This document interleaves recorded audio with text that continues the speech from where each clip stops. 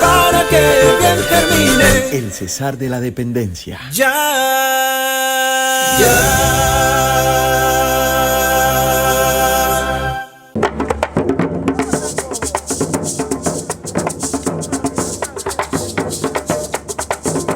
La independencia de Colombia significó también la libertad musical y cultural de nuestros pueblos ribereños.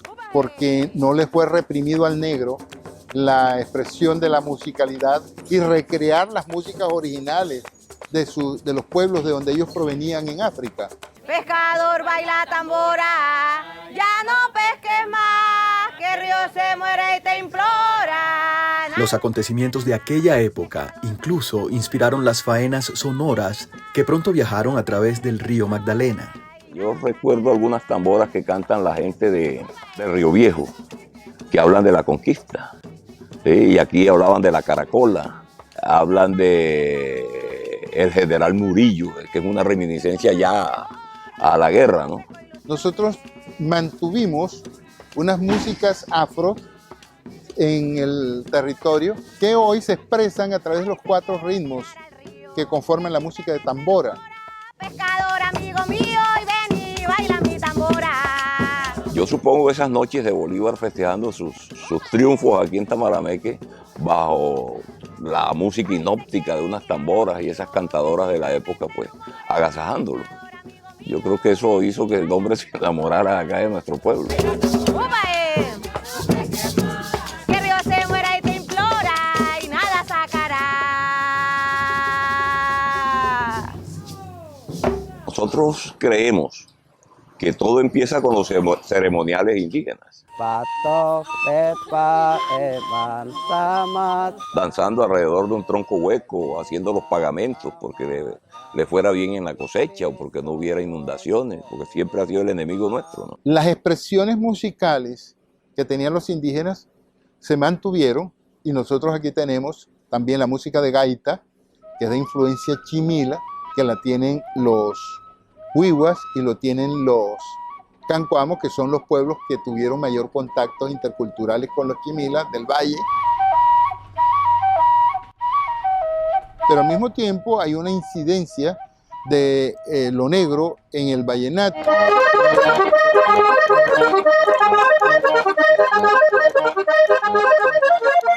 La gente se pregunta, ¿por qué el paso, por qué Chiriguaná dan origen a la música de acordeón primero que Valledupar? Hombre, sencillo. El acordeón comienza a llegarnos a nosotros en la segunda mitad del siglo XIX. ¿Qué está pasando en el siglo XIX? Bolívar, saliendo de Monpós, llegó por acá con 500 hombres y libraron una dura batalla por estos lados, ¿no? La lucha de independencia habían generado pues ciertas libertades. La participación del negro, ya no hay nacidos esclavos en territorio, todo el que nace en territorio es libre. Y a partir de 1852, 1 de enero, arranca la manumisión definitiva de la esclavitud, es decir, desaparece la esclavitud, lo que permite al negro asumir su libertad y expresarse culturalmente con la música. Ya en la década de los 60 encontramos nosotros las primeras importaciones de acordeones a este territorio. Hubo el sincretismo ese racial y cultural que permitió que blanco, negro e indio se involucraran en una música ancestral. Porque aquí se fundieron como en un crisol culturas de España y se fundieron con las 3 culturas más importantes indígenas de carácter continental, que son el chipcha, el arawak y el caribe. Y a eso se agregó que se vino todo el África occidental. Entonces es una cultura universal. Somos un crisol, somos la fundición, el producto de un sancocho muy bien preparado de milenios de años. Para que bien termine El cesar de la dependencia. ya.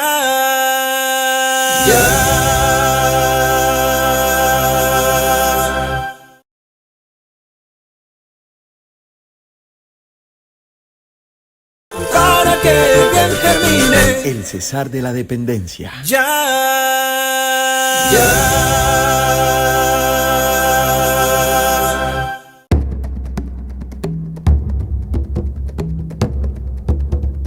En el departamento del Cesar, las etnias indígenas que ancestralmente lo habitaron no solo fueron fundamentales en la esencia de lo que hoy es su música y su cultura, también lo fueron en el proceso de independencia del territorio y en general de Colombia. Nos recuerdan quiénes somos, qué sangre corre por nuestras venas, y pienso que son y han sido siempre baluarte y orgullo en esta lucha emancipadora de nuestro país. Poco se habla en la historiografía colombiana del rol que jugaron las comunidades indígenas de entonces en el proceso de independencia. Destacan más pues, el papel del negro esclavo, que en esta región tuvimos, fueron muy protagonistas porque teníamos cerca al palenque de Simití, que conocemos hoy como el municipio de Simití, había un palenque, y fueron muchos los que se sumaron en esta región a ese proceso. Muchos esclavos fueron puestos al servicio de la causa. Las haciendas pusieron muchos de estos esclavos al servicio de la causa, garantizándoles en algunos casos la libertad a los que participaban en las guerras, con todas las ventajas que representaba un soldado negro por su arrojo, su valor, la fuerza física, la habilidad, por ejemplo, para el manejo del machete o de la lanza en los combates, y eso era, digamos, un valor agregado para las fuerzas patriotas, porque tener indígenas o mestizos que no estaban muy acostumbrados al trabajo físico, a la fuerza física, no les representaba mucha cosa. En cambio, el papel del negro, que en esa región era muy abundante, fue significativo y valioso. Pero nuestros indígenas, también hombres valientes, dejaron a sus esposas en sus casas con sus niños y se sumaron a la guerra que se debía librar para poder encontrar su sueño, ¿no? Y su sueño, ¿cuál era? Su sueño era volver a encontrarse con la madre tierra, con su cosmología, con sus creencias, recuperar su identidad. Caso contrario de lo que ocurrió en territorios del actual departamento del Cesar, fue lo sucedido en casi todo el resto del país, donde las comunidades indígenas se mantuvieron al margen de las luchas libertarias encabezadas por Simón Bolívar. No tuvo, digamos, un valor agregado a favor de las luchas patriotas, sino más bien de respaldo a las fuerzas realistas. Como ya había pasado tanto tiempo desde que se fundaron las ciudades, los indígenas y los afrodescendientes tenían un concepto muy claro frente al gobierno, a la administración realista, en cuanto que habían logrado a través de los años ciertos privilegios. Cuando se plantea un nuevo modelo de Estado, un modelo republicano, ellos no entendían qué era eso. Para ellos era una cosa incierta, de tal manera que no fue generalizada la apuesta al republicanismo por parte ni de los afrodescendientes ni de los indígenas. Entonces, en muchas partes del territorio nacional, los indígenas y los afrodescendientes, una de dos, optaron o por mantenerse al margen o por apoyar la causa de la corona española. Por esa razón, Pablo Morillo, cuando llega a Cartagena en 1815 y comienza a remontar el río Magdalena, llega a Ocaña en 1816, en los lugares importantes saca un manifiesto de indulto, donde claramente expresa que quien denuncie a los líderes republicanos, si es negro, se le dará la libertad. Es decir, va concretamente dirigido a esos sectores que estaban muy dudosos de la participación republicana.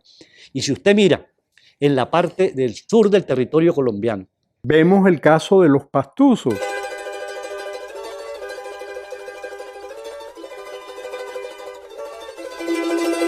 Los indígenas fueron absolutamente reacios a la causa republicana. Es más, allá uno de los próceres de la independencia es Agualongo. El cacique Agualongo, que era un cacique indígena, tomó parte a favor del rey. Y eso fue una lucha tremenda.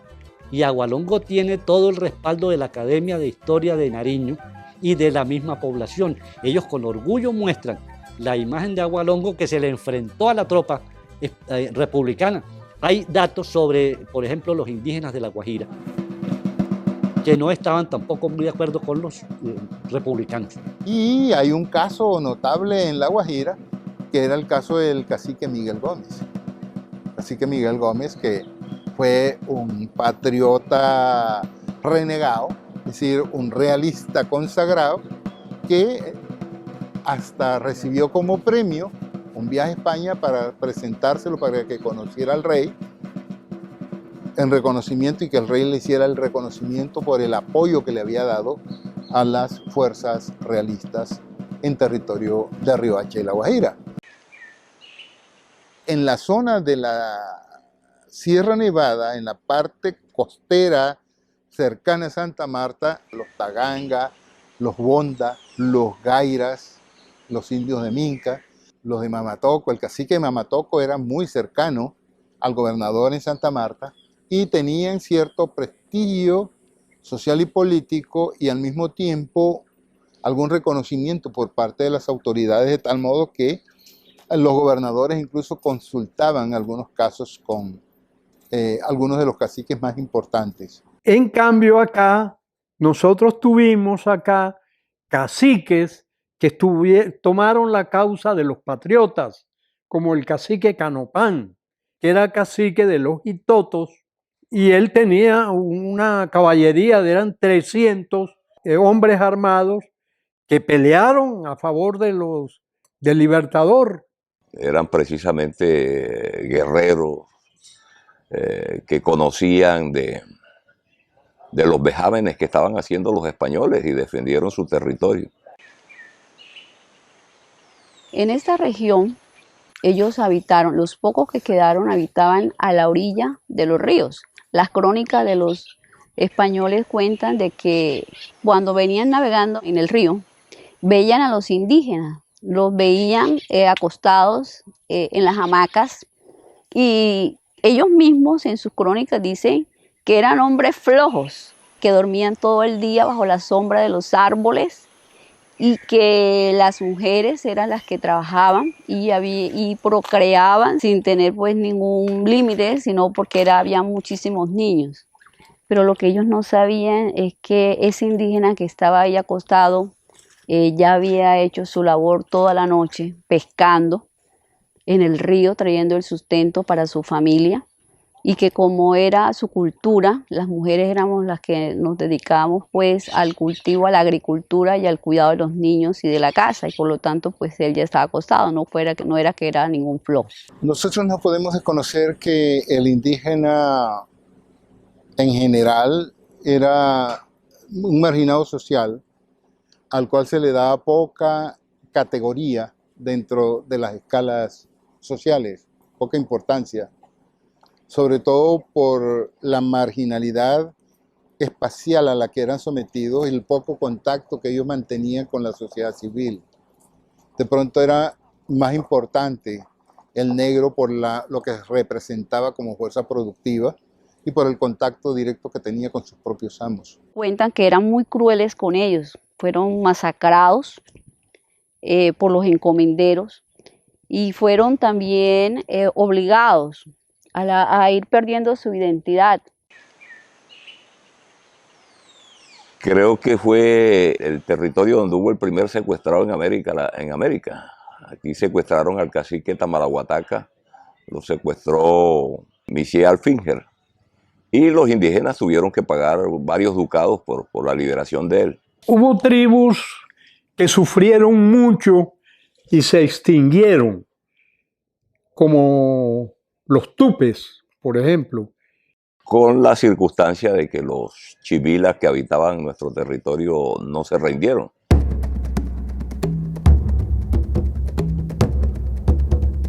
La bravura de ellos no permitió el dominio español sobre ellos como raza, como pueblo, como indígena. Y prácticamente los exterminaron. ¿Sí? Hay un solo reducto por allá por la vía de Fundación, arriba de la sierra, precisamente en la región Chimila, donde existen como pueblos vejados, empobrecidos totalmente. Y para acá únicamente queda reminiscencia de ellos. Un recuerdo histórico de ellos, pero más nada. cuando antes se hablaba de la nación chimila. Era muy extensa en la parte baja de Valledupar, ¿no? Desde el sur de lo que hoy es La Guajira hasta el río Magdalena estaba la nación chimila, que era una nación que había sido víctima de una arremetida militar de la corona española a finales del siglo XVIII y que prácticamente había desaparecido de la vista pública, por así decirlo, y se había replegado en las montañas. Había el cerco envolvente que se había, digamos, organizado en contra de los chimilas, permitió que ellos prácticamente se hubieran mimetizado y durante casi todo el siglo XIX figuraran muy poco. Hay un mapa de 1825 en donde se les ubica y se ubica a los motilones y se le ubica a los tupes, que son los actuales yupas. Los últimos caribes que hay en Colombia, junto con unos cuantos carijunas del Putumayo, en vías de extinción. Que sea la historia que se encargue de más adelante decir la existencia del pueblo yupa. Nosotros somos 3.700 y pico de habitantes. Hay un dicho que dice que un pueblo, si no tiene historia, no es pueblo. Aquí de pronto hay mucha gente que son de afuera y no conocen la historia y dicen, pero es que esos indios se creen dueños de Becerril. Nosotros tenemos una historia que contar, porque ya el pueblo yupa estaba aquí. Por eso nosotros aquí no nos creemos, sino que somos los dueños ancestrales del territorio. Como lo llaman Becerril del Campo y sus flores, esto es parte de la existencia del pueblo yupa. Aquí se corrió sangre, hubo bastante indígenas que entregaron la vida y también hubieron guatillas también que perdieron la vida cuando nos invadieron, fuimos invadidos, cuando llegaron con los quemarropa y con perros. Y eso nos ha traído y nos ha conllevado a que dicen los yupas guerreros, y como dicen, y son pequeños, que tal que fueran altos, dicen así. Pero nos ganaban porque ellos venían ya con el arma y nosotros con flecha, que era lo que más usábamos, que todavía usamos las paletillas.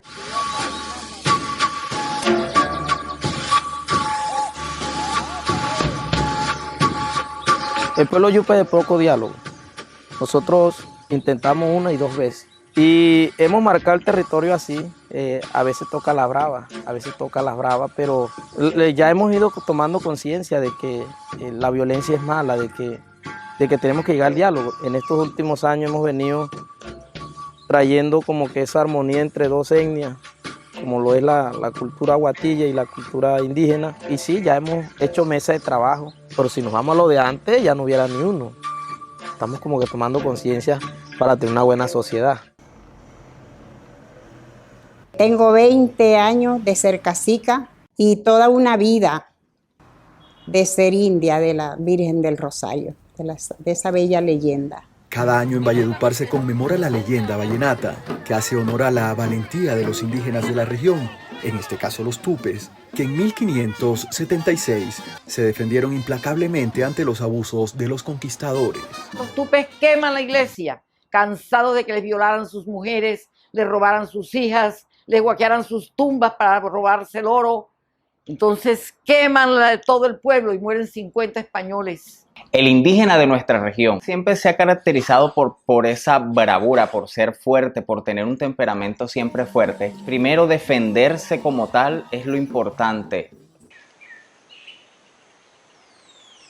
La Sierra Nevada es un hogar de sobrevivientes, quienes optaron por mantenerse al margen de las guerras, tanto de conquista y colonia como de independencia. Tiene una característica y es que es el único municipio enclavado en su totalidad en la Sierra Nevada de Santa Marta. El municipio de Pueblo Bello concentra la mayor población arhuaca del departamento del Cesar. Y es una población bastante amplia, representan alrededor del 48% de habitantes del municipio de Pueblo Bello. Lo que hoy conocemos como arhuacos prácticamente estaban ya relegados a la zona porque desde el principio de la conquista y durante el periodo colonial, la mayor parte de estos pueblos fueron prácticamente confinados en la sierra. Como trajeron la religión propia, cantos propios, y muchos por eso fueron retirados, fueron ido a otros lados, a esconderse. De los valores fundamentales que perdimos nosotros durante este proceso fue la identidad de los pueblos. Nunca lo dejaba, por eso decía, no dejó la lengua, no dejó la costumbre, no dejó toda la cosmogonía. Para que bien termine. El cesar de la dependencia.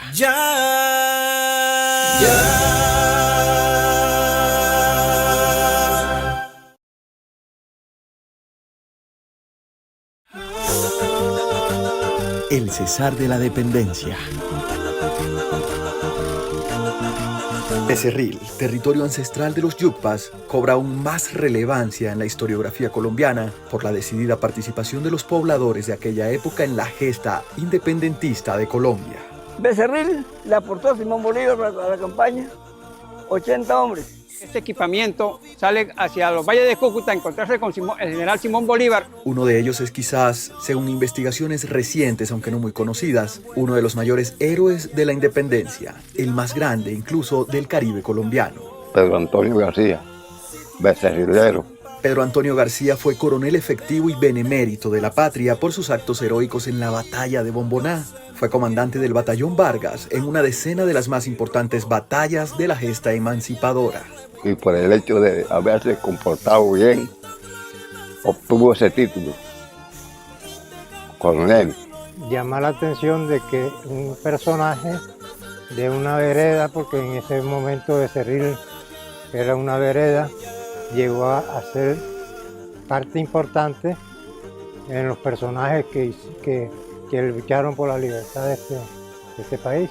Becerril era un pueblo formado por españoles, pero lo atacaban mucho los indios y varias veces el pueblo lo quemaron, se lo tomaron, hubo muertos. La familia García se fue de Becerril para Chiriguaná, huyendo de los indios, y así quedaron. En Chiriguaná viven aún los descendientes de Pedro Antonio García, quienes poco conocen de las grandes hazañas de su pariente, el olvidado coronel de la patria. Sabía que en mi ancestro había un coronel García. Lo cierto es que a lo largo de 5 generaciones siempre ha habido un Pedro Antonio en la familia García sin saber a ciencia cierta el porqué. Se asombra uno que ante una persona que estuvo al lado de Bolívar y que ascendió al grado de teniente coronel y luego coronel y que fue comandante del batallón Vargas que estuvo en la batalla de Boyacá y luego en las batallas de Junín, Ayacucho, Bomboná con el batallón Vargas, y que en el batallón Vargas fue ascendido al grado de coronel y de oficial benemérito, no figura en los libros. Y que yo en el ejército nunca oí hablar de él tampoco.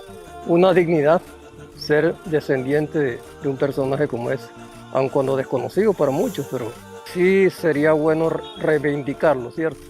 Ante la historia, ante el país. Dalo a conocer quién fue él. Te canto gloria inmarcesible, te canto gloria inmarcesible, te canto júbilo inmortal, te canto júbilo inmortal, valor no surge más tu suelo, para que el bien germine ya. Y te canto gloria inmarcesible, y te canto júbilo inmortal, el dolor no surge más tu suelo, para que el bien que